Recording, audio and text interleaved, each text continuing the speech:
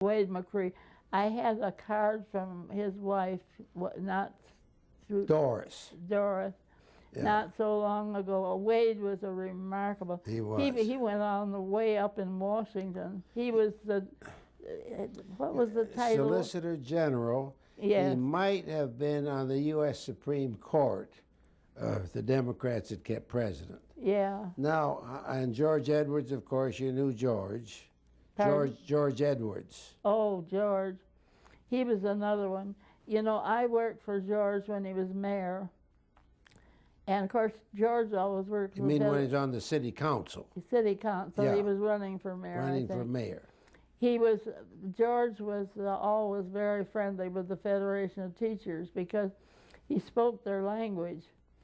And I used to work with George on, I can remember going out on the street with stuff for George Edwards when he was running.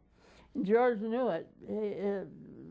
Peg and George were always very close friends. They had 2 sons. Yes.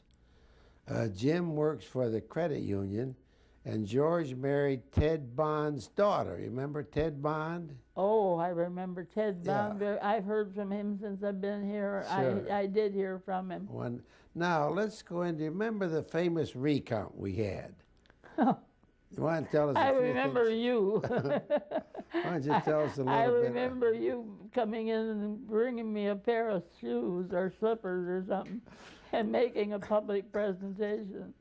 I used to run down every night after school and run to the county building and go upstairs, and we'd get a lesson in how to follow a recount.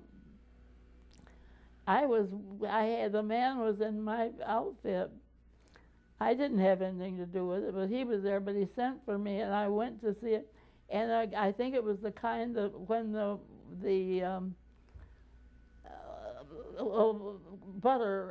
yellow butter business was up, when we found Oleomargarine. Oleomargarine Yeah, they have uncovered. had That's been right. counted against melon. Yeah. Yeah, I gave you some slippers because you'd been every day on those hard cement or floors in the county building, walking up and down, telling people to keep doing their work. Because I came right from school. I didn't have time to change clothes or anything. That was a good that recount we won. Now, in the Constitutional Convention, do you want to tell a little bit about that? No. Okay. I What are we remember. gonna talk about? Let me start that. You were the Democratic vice chair, so you were the caucus. You convened the Democrats. Yes, that's right. Because you were vice chair, and later you were elected caucus chair, and we called you the Den Mother. You remember that? They always did. I was always called the Den Mother. The one vote, I don't know if you remember this, that Coleman Young had been elected as a Democrat. Oh, I remember it well. And he was called a communist. Yes, of course. And the Democratic Party didn't invite him to the first meeting because he'd been tagged as a communist. And I remember you insisted everyone elected as Democrat be treated that way. Do you remember that? I remember very well. Coleman called me, and he said, Miss Hart, he said, I know you're having a meeting of the delegates. He said, would I be welcome? I said, Mr. Young, you were elected by the delegates of the 1st District, were you not? And he said, yes, I was. And I said, who am I to tell you you can't come? Of course you can come. And when you come and see me right away, and I'll see that you meet the other delegates. And he came. And from that day on, Coleman Young and I had a terrible time because I couldn't send him a message since he's been so sick. Yeah. I finally did. But Coleman was one of the most faithful of the delegates, one of the smartest delegates we had, and he came to meetings. Yeah.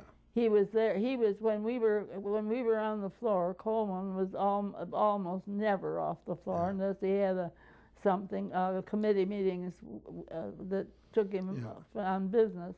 Which committees were you on? Do you remember? Yes, indeed I do. I was on the Education Committee with George Romney. who knew all the answers to education. George Romney. We had superintendents of schools. We had presidents of college. I think there were 2 or 3 presidents of colleges on that. We had the, do you remember the name of the chairman of that committee? He was the congressman from Ann Arbor, and he was the one had always carried the briefcase that had been shot at on the floor. Bentley. Well, Bentley was a good man.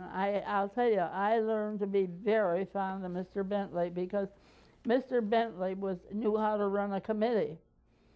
And he didn't let George overrun it entirely. I remember when George interrupted Jack Faxon, he said, I know you and your kind. You're the kind who's trying to keep God out of the schools. And poor Jack, who was a very devout Jew, and who ate the food that the Jewish people prescribed, who lived in a hotel where he could cook his own food, and so that he would live up to the laws of his church, who was the son of a father and mother who had, of course, adored him, and he never forgot them. I remember his devotion to his parents, and he should have called him somebody trying to keep God out of the schools. I don't know what was the matter with that man. I noticed he went down and tried to elect his son for senator against Kennedy. Yes. Ted Kennedy, and he lost. The son lost his. Yeah. Now, I remember apportionment was a big issue.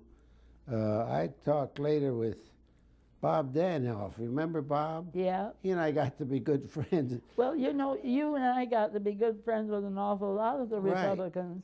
And we said we both made a mistake that the Democrats thought if we yielded any, the U.S. Supreme Court would okay it. And Bob said if they yielded any, Wayne County would take over, and we were both wrong. Yeah, but sure. I think we did make a lot of good friends. A lot of the people there were very well. We very heard fine. from them at Christmas time and Right. at other time. You heard from them repeatedly. But then I was on the education committee, and I got so discouraged with that. But we finally won out. I had the MEA running against me on that one. They were giving George all kinds of information, and The MEA was opposing you on issues? no, I'm talking about on education committee. Oh. And the MEA always knows all the answers too.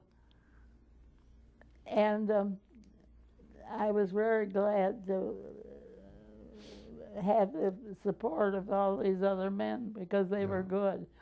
Now, you were very active in the American Federation of Teachers, and how did you happen to get active in the union? Oh, it was my nature to. We were having all kinds of problems in the schools, and you're being able to. I had a principal once who called us in and locked us all in the room and told us what to send to George Murphy. We were to write and tell him that we were against him in his program.